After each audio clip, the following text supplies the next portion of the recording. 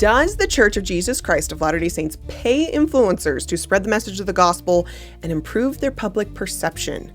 After all, it's 2025, and if you're not leveraging influencers, you're probably missing out. An Ex-Mormon Reddit has been speculating for years that the church has been secretly bankrolling these influencers to prop up the Utah influencer economy and promote the church. They even claim that the church is to credit for the disproportionate number of mega influencers out there like MomTok and Ballerinafarm. And now it seems like the internet finally has proof of these financial transactions with influencers, because recently a creator posted about a potential brand deal with the church, screenshots and all.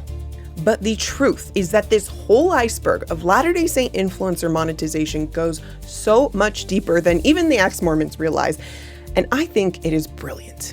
After a decade in this creator space, I have had firsthand dealings with many Latter-day Saint influencers, nonprofit organizations that support some of these creators, and even the church itself. I personally have built 3 separate Latter-day Saint brands, and I also used to serve as director of communications for one of the largest independent nonprofits in the space, Scripture Central, where I assisted in growing many more channels. So based on my work experience, social listening, influencer research, I believe that this whole system is not at all what ex-Mormons or mainstream media believe it is, but I think it is far more inspiring than most people realize. Basically, the church is not bankrolling influencers in the traditional sense, but the church is having an outsized impact on this creator economy more than most people realize, and one result is more baptisms than any time in our history. But to understand why the church is using this unusual influencer marketing strategy, you have to understand where the church has already been and what makes this moment in time unique.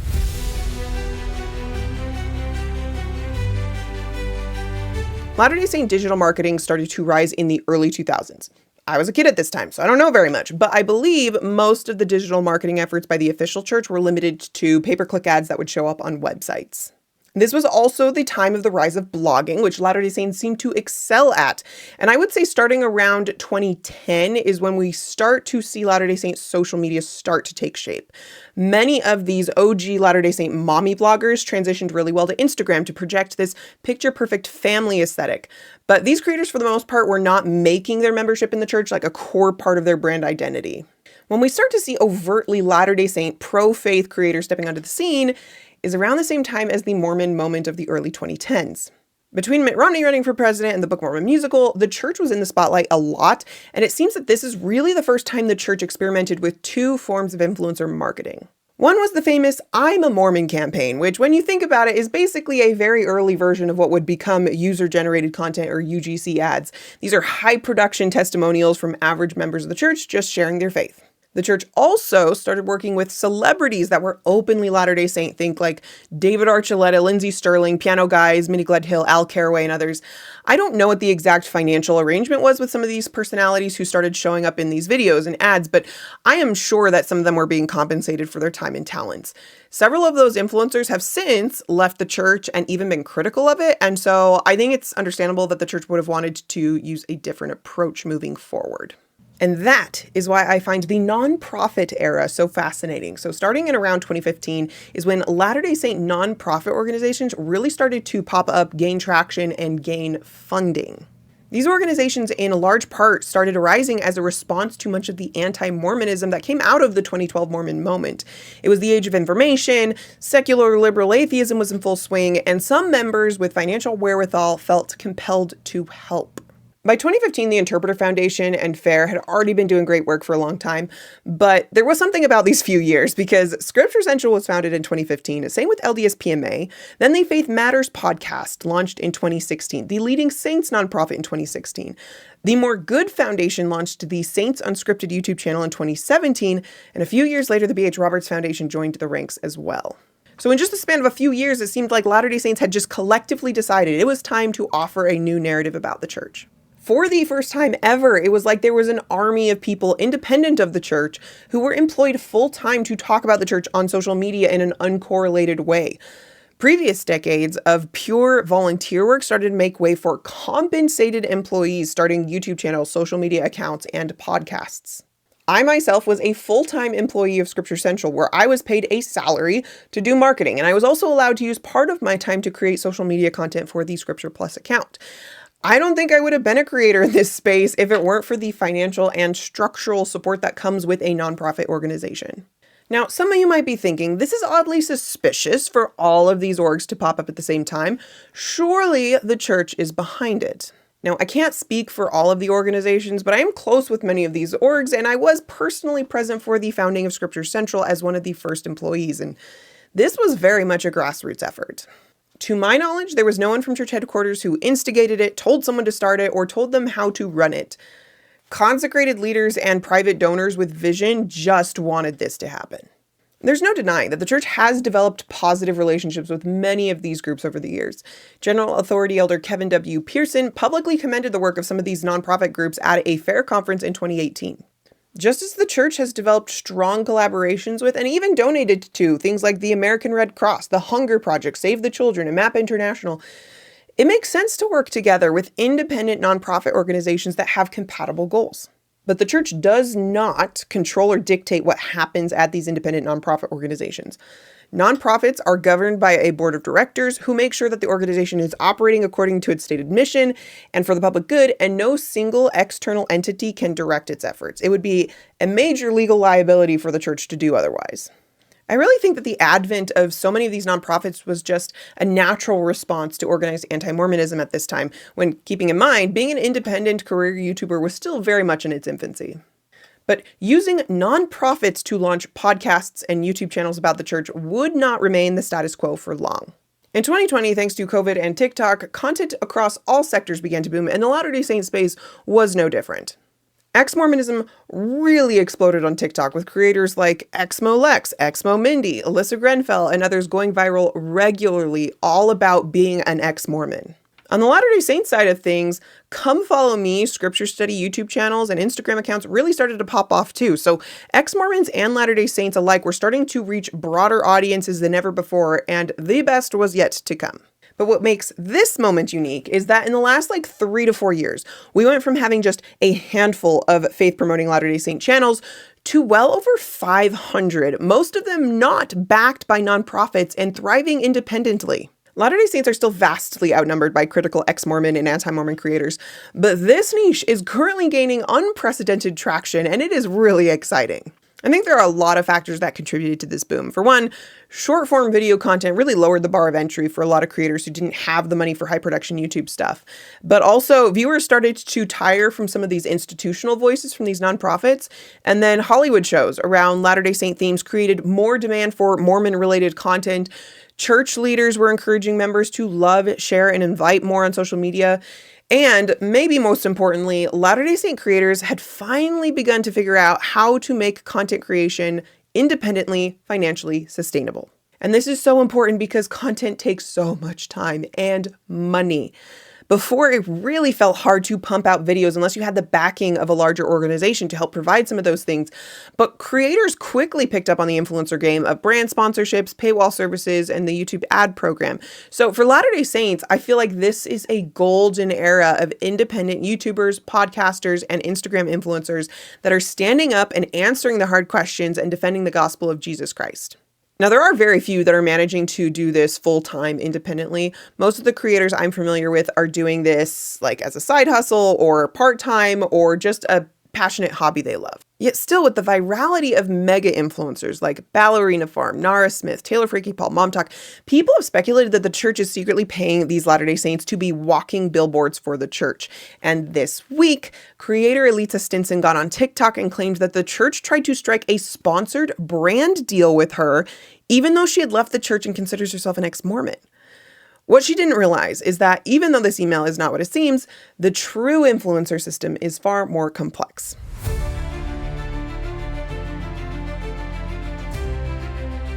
She claimed that the church emailed her asking her for 3 videos of her testifying of the Book of Mormon for about $1,000 each.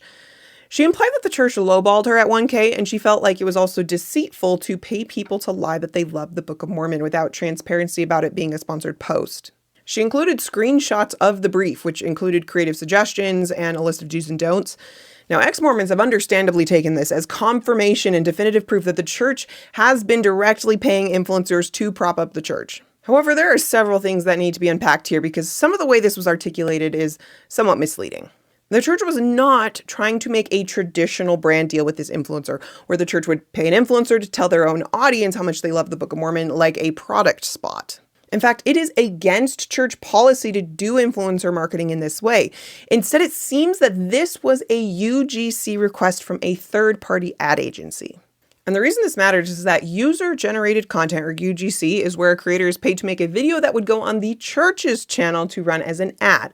They're essentially seeking to hire a creator to be a producer and on-screen talent for an ad.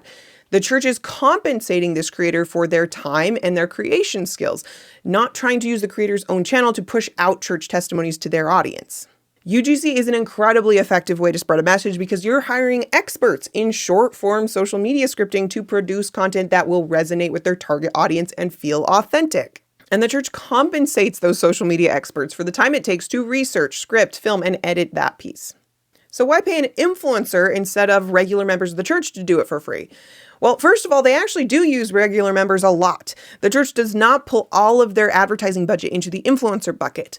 They diversify their campaign tactics like any good group should, and part of their budget is allocated towards local missions to run ads. So local missionaries with no social media creation experience also creates ads for the church, and those serve a really important role in getting the word out as well. But a major benefit to using content creators is that they are good at creating content. They can more naturally craft videos that have a strong hook, high audience retention, because that is their expertise. And there is nothing wrong with using all of the best practices and expertise that marketing has to offer to reach the people that could resonate with the gospel's message. I know some people have claimed that if the church were really true, it wouldn't need marketing to convince people, but this is just a really weird position to take. It doesn't matter how true or amazing anything is, you still need to get it in front of the right people so that they can make an informed decision for themselves. That's why every product on earth needs some degree of marketing. But the cool thing is that the gospel is not a product. It is a transformational way of life. It offers greater joy and meaning than anything else on earth can, and I think that deserves to have the best promotion we can give it so that others can experience that same joy. So is the church being dishonest by paying ex-Mormons to lie about their testimonies? No. This was a case of a third-party vendor, so not even the church itself, not doing their due diligence to make sure that the creator was a member before reaching out about this collaboration. Elisa even made a follow-up video saying that the church called her and confirmed that she never should have gotten that collaboration request and that the ad agency broke protocol. The church is not interested in faking testimonies. They're interested in amplifying the message of the gospel through voices that already love the message. It's clear that this email was not the proof that some hoped it would be, that the church is secretly bankrolling influencers. This was a UGC request, not a sponsored post. But that doesn't mean that the church is not financially incentivizing influencers in other ways, which brings us to the Google AdWords theory.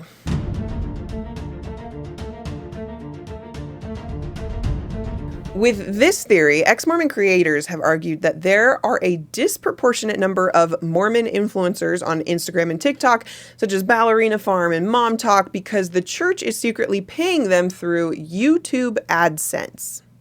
And they're not entirely wrong, but they're also missing a huge piece of this puzzle that I think reveals something shocking about the ex-Mormon community.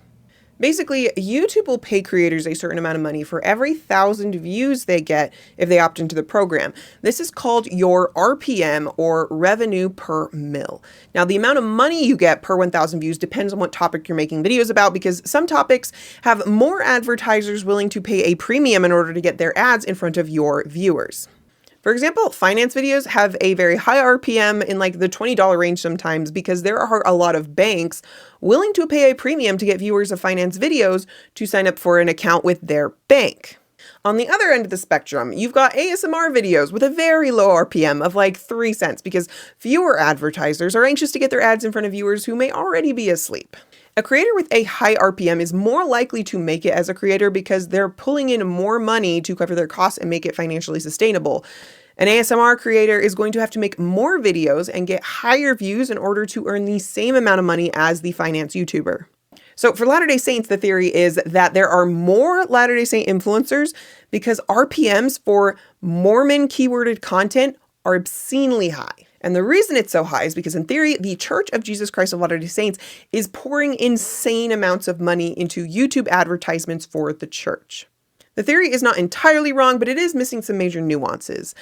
There is undeniably something unusual about Mormon keywords. When you go to Google AdWords to do your keyword research, this is the platform you'd use to run these ad campaigns, it gives you a range of what a keyword might cost. And yes, Mormon is an expensive keyword, with the highest range for a keyword bid topping around $15 in the lower range at $250. And many Mormon-related keywords are surprisingly expensive. Mormon missionaries high bid is at $38, LDS Mormon tops out about $24, LDS missionary tops out at $38, the Mormons tops out at $28, and the list keeps going. So why do these keywords appear so expensive? Is the church behind it, and is it directly enriching tons of Latter-day Saint influencers? This entire theory is built on the assumption that there are more Mormon influencers than in most other niches, and that this disproportionate boost has to be coming from a major financial backer like the Church of Jesus Christ of Latter-day Saints. But it is not true. At the time I did this research, and I can't even tell you how long I've been working on this video, in the Influencity database, this is an influencer marketing research tool, the state of Utah is 32nd in the nation for most influencers. So not even in the top half. Even factoring for population size, Utah is number 21 in the nation for most influencers per capita.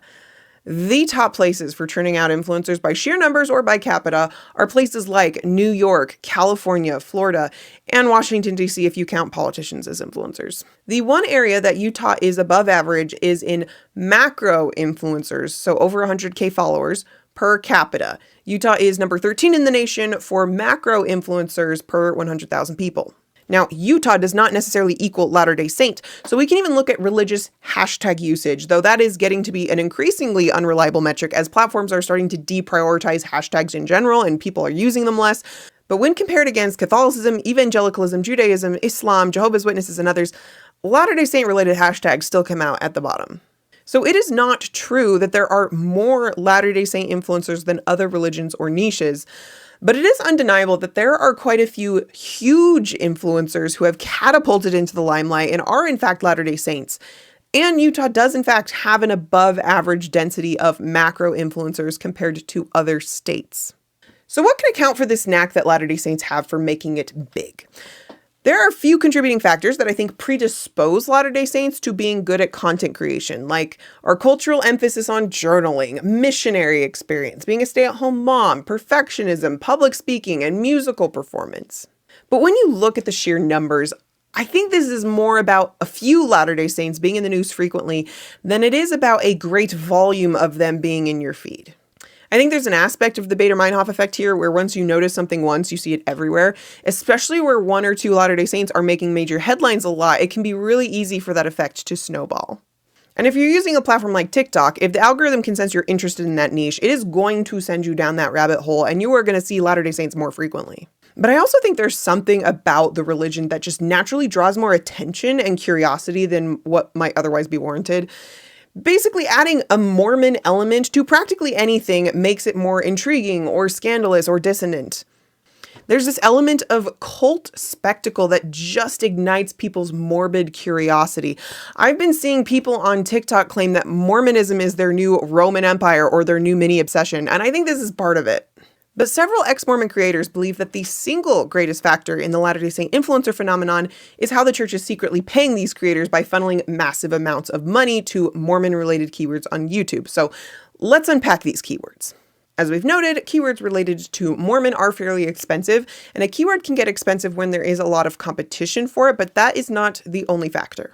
The reason that Google Ads gives you a range for a cost and not just a flat cost per click is because the price is going to vary drastically by how compelling your ad is, what format the ad's in, and how you set up your campaign. So it's not quite so simple as saying that Mormon is an expensive keyword because the church is just dumping money on that one word.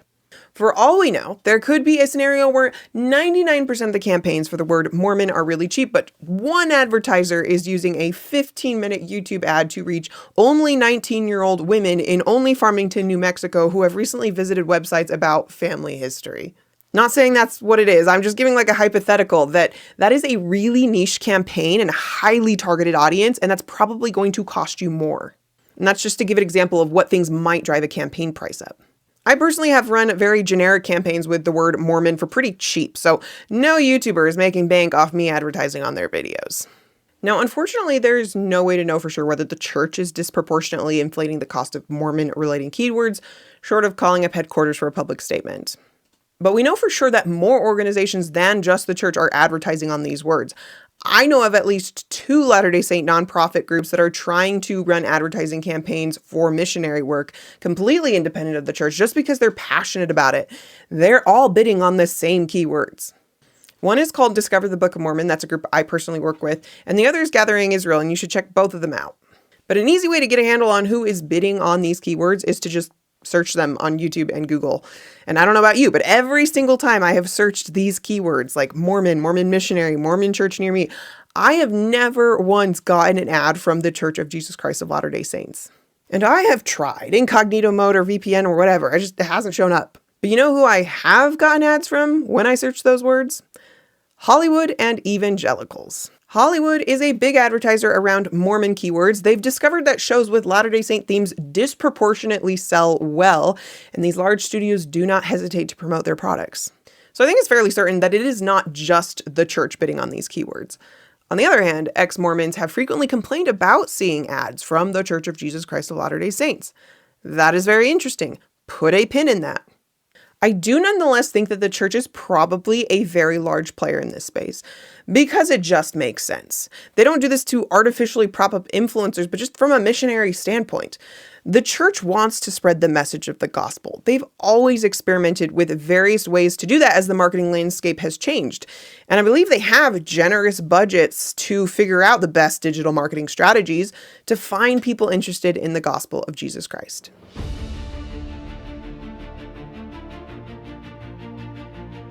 So does this benefit Latter-day Saint creators specifically? So even if the church were a major force behind Google and YouTube advertising, we would have to demonstrate that Latter-day Saint influencers are benefiting from this sweet advertising money, and it's not as straightforward as you would think. First, there's a big disconnect on how different platforms monetize.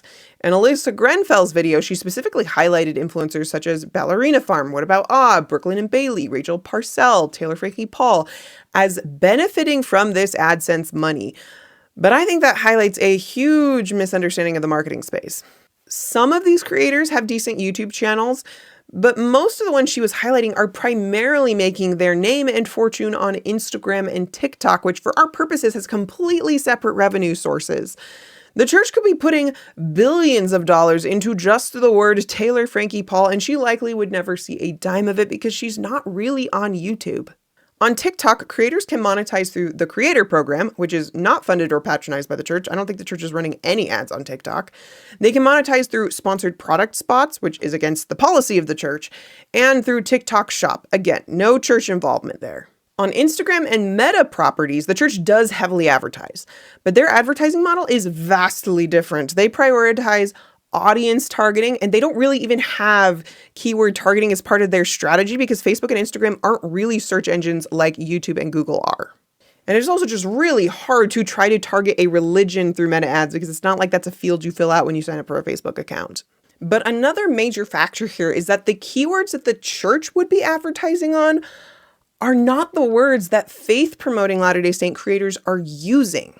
The most expensive terms are the ones that non-members would be most likely to use when searching about the church, like Mormon or LDS Church. I do believe that Latter-day Saint creators are seeing some of this ad money just from being adjacent to Mormon keywords, but they are not the ones in the bullseye when it comes to the money. The creators who stand to benefit the most from the church's ad campaigns are ex- and anti-Mormons.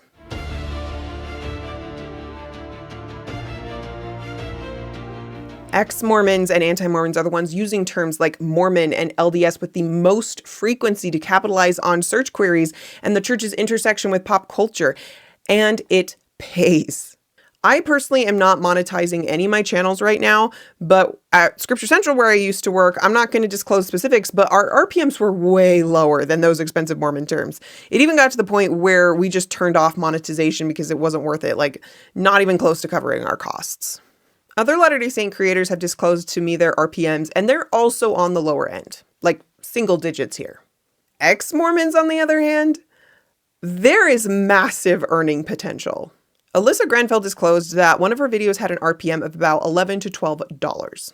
Now that number can fluctuate a lot depending on the video, but if we assume that RPM rate is about average, then top ex-Mormon YouTubers like her are likely making hundreds of thousands of dollars a year. Obviously, I cannot confirm that these creators for sure made this kind of money.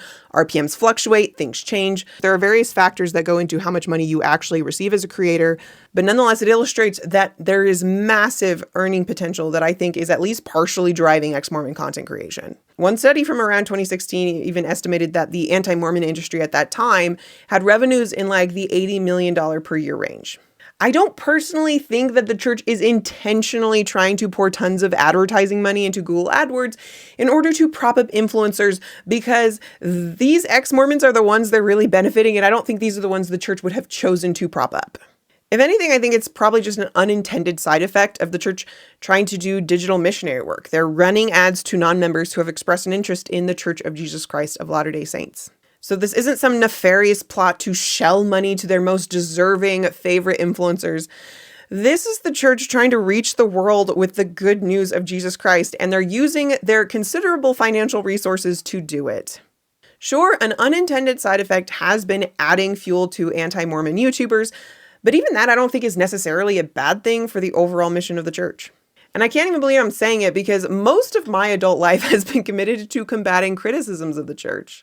It can be easy to feel anxious about so much antagonism against Christ's gospel, and negative information about the church absolutely does hurt the church's public perception, which in turn you would think would hurt baptisms.